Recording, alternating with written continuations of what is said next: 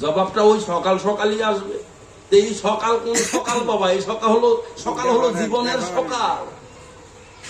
এই জীবনের সকাল। শিশুকালে কৃষ্ণ বোঝে, কৃষ্ণ পাওয়ার আসে। বৃদ্ধকালে যৌবনেতে কৃষ্ণ বোঝে, কৃষ্ণ আসে বা না আসে।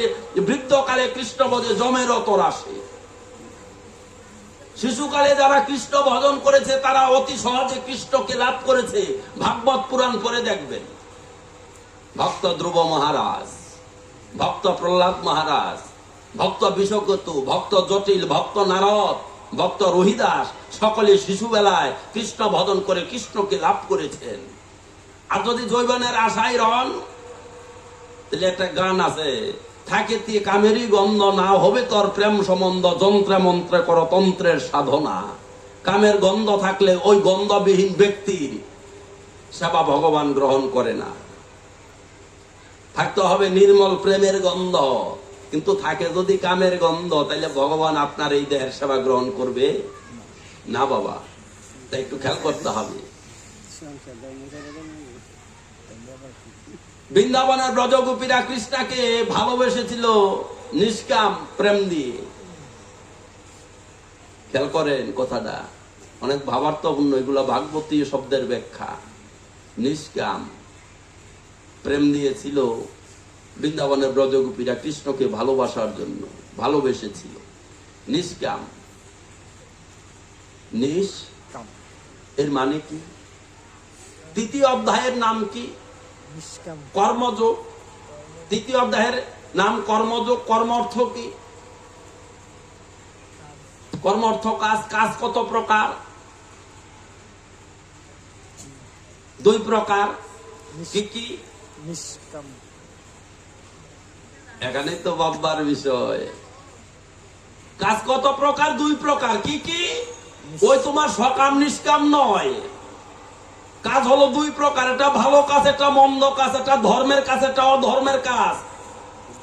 একটা সৎ কাজ আর একটা অসৎ কাজ। এই দুইটাই কাজ, এছাড়া আর কোনো কাজ নাই। আর তোমার সকাম আর নিষ্কাম একটু খেয়াল করো। সকাম নিষ্কাম, কাম আর কাজ দুইটা কি এক?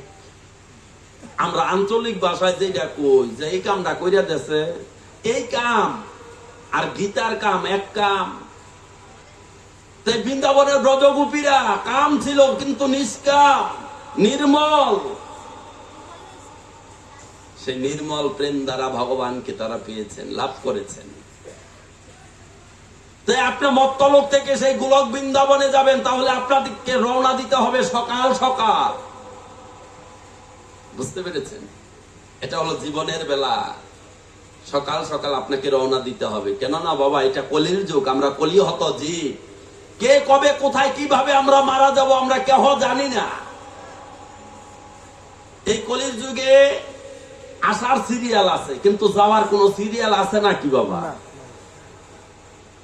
দাদু জীবিত রয়েছে, বাবা জীবিত রয়েছে, বাবা আর দাদু কান্দায়া সজানো লাশ নাতির লয়ে যাইতেছে। কথা ঠিক কিনা বাবা? হইতেছে না এরকম হরহ? আগে যাওয়ার কথা কার ছিল? যে আগে আসছে, কিন্তু এটা উল্টা। তাই আমাদের মত্তলোক থেকে গোলক বৃন্দাবনে যেতে হলে আত্মদর্শী তত্ত্বদর্শী শ্রী গুরু চরণ আশ্রিত হতে হবে।